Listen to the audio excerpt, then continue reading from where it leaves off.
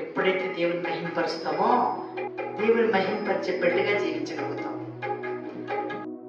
వింటున్న వారిని, వచ్చిన వారిని అందరినీ మీరు బలపరిచి మీరే మహిమ పొందమని శక్తివంతమైన నామమును బట్టి ప్రార్థిస్తున్నా తండ్రి, ఆమేన్.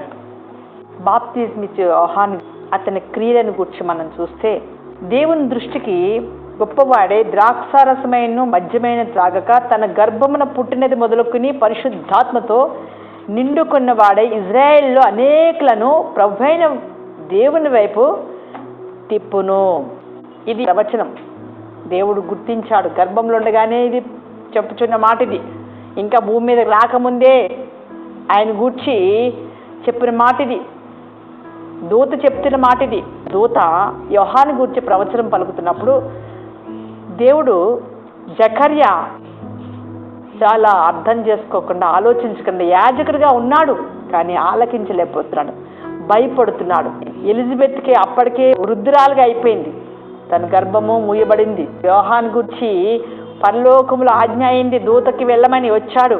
దూత రావడం జరిగింది, గాబ్రియేల్ దూత. జకర్యా భయపడకము అన్నది, నీ ప్రార్థనలు వినబడింది అన్నది.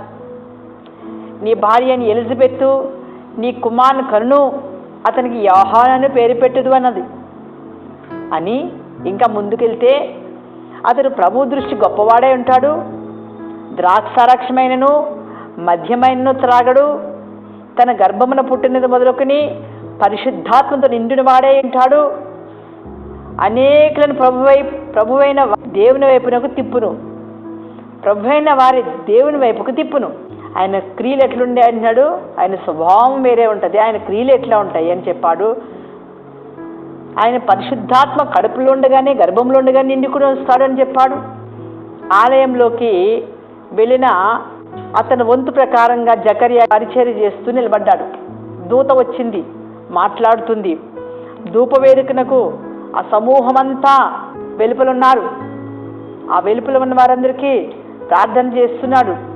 దూత వచ్చింది, నీ ప్రార్థనలు వినబడ్డాయి, నువ్వు నడుస్తున్న నడకంతా నాకు తెలుస్తుంది అని దేవుడు మాట్లాడుతున్నప్పుడు ఆ సందేశం విని ధూపవేదిక అనవసరమైన భయం తెచ్చేసుకుని భయపడిపోతున్నాడు. అందుకని దేవుని దూత అంటుంది, నీవు అనుమానించావు కాబట్టి నోటి మాట రాకుండా మోగమాడైపోతావు అన్నది.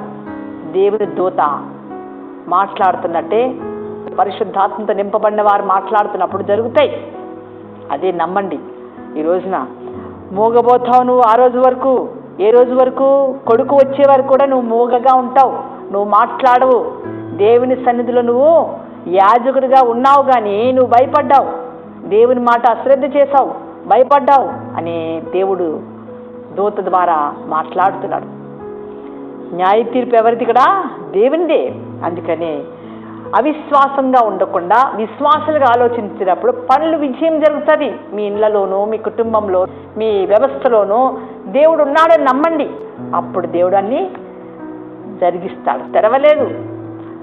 జకర్యా ఆలయంలో ఆలస్యం చేసినందుకు అందరూ ఆశ్చర్యపడుతున్నారు. ఏంటి ఇంకా రావట్లేదు, ఏంటి జకర్యా మాకు ధూపం దగ్గర ప్రార్థన చేయట్లేదు, మా కోసం రావట్లేదు అని అడుగుతూ వెలుపలకు వచ్చేస్తాడు. వచ్చిన తర్వాత మాట్లాడలేకుండా నిలబడ్డాడు. సజ్ఞ చేస్తున్న ఎట్లా అన్నాడు, ఏం కావాలి మీకు అంటున్నాడు. ఎలిజబెత్ 9 నెలల్లో కూడా ఎలిజబెత్ గర్భంలో బాబు రావడం జరిగింది. యోహాను దినములు సంపూర్ణమైన తర్వాత, ఇంటికి వెళ్ళిన తర్వాత అప్పుడు ఎలిజబెత్ చూస్తుంది, ఏంది నీకు ఇలా ఉన్నావు, నువ్వేమైంది మాట్లాడట్లేదు అన్నారు. 9 నెలలు సైకిల్ చేస్తూనే ఉన్నాడు. 9 monthsకి అందరూ వచ్చారు, కుటుంబాలు, చుట్టాలు అందరూ వచ్చారు. బాబు పుట్టాడు. యోహాను పుట్టిన టైంలో పలక తెమ్మన్నాడు, రాస్తున్నాడు. జకర్యా నోరు తెరవబడింది. ప్రభువైన దేవుడు దావీదు సింహాసనం చూస్తున్నాడు. ఎవరికి ఇచ్చేది వారికి ఇస్తాడు. దేవుని యొద్దకి ఏది దాచేది లేదు, ప్రతిదీ కనబడుతుంది.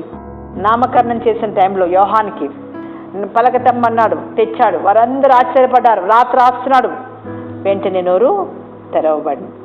మూగవానికి స్వస్థత, వెంటనే నోరు ఎవరిచ్చినారు? ఇక్కడ సడలింది. దేవుని స్తుతించడం వల్ల ప్రభువాస్తము తోడే ఉంటుంది. దేవుని ఎక్కువగా స్తుతించడం వల్ల మన మనసు అంతా తేలికపరచబడతాం. యోహాను ఏమి పుట్టిన తర్వాత దేవుని సేవ చేయడానికి సిద్ధపడ్డాడు. జకర్యాకి పరిచర్యలో తోడు ఉన్నాడు. జకర్యా యాజక ధర్మం చేస్తున్నాడు, పరిచర్యలో జరిగిస్తున్నాడు. మంచి పిల్లగా పరిగణించబడిన యోహాను ఈ రోజున ప్రభువాస్తవం ఎవరికి తోడైంది? యోహానుకు తోడైంది. పరిశుద్ధాత్మ దేవుడు పరిపూర్ణుడై ఆయనకు తోడై ఉన్నాడు. ఇప్పుడు ఎవరైతే ఆయన మాట వింటారో పరిపూర్ణంగా దర్శనం పొందుకుంటారు, పరిపూర్ణంగా సన్నిధిలో నిలిచి ఉంటారు. అదేవిధంగా దేవుని సన్నిధిలో వంశం నిలబడుతుంది. మన కొరకు రక్షకుడు శృంగమును వచ్చి ఉన్నాడని దేవుని కూర్చి ఆయన యోహాను చెప్పడం జరుగుతుంది. ఈరోజున శత్రువుల నుంచి, మనల్ని ద్వేషించిన వారి నుంచి ఒక రక్షకుడు కావాలి. అలాంటి రక్షకుడు వచ్చి ఉన్నాడని యోహాను చెప్పడం జరుగుతుంది.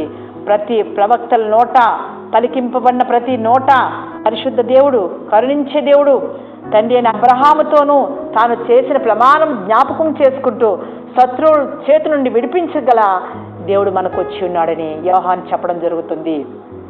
చూడండి, జీవిత కాలంలో ప్రభువును ఏ భయం లేకుండా జీవించాలంటే ముందుగా ఆయన సన్నిధిలో మనం ఎలా ఉండాలి? నీతిమంతులుగా, ఆయన యందు సేవించేవారుగా, ఆయన అనుగ్రహం పొందుకున్న వారంగా, ఆయన రక్షణ కలగజేసిన దేవునితో మనం ఉన్నామా? ఇలాంటి దేవుడు మనకి, ఆ సర్వోన్నతమైన దేవుడు మనకి ఆశీర్వాదం ఇవ్వబోతున్నాడు.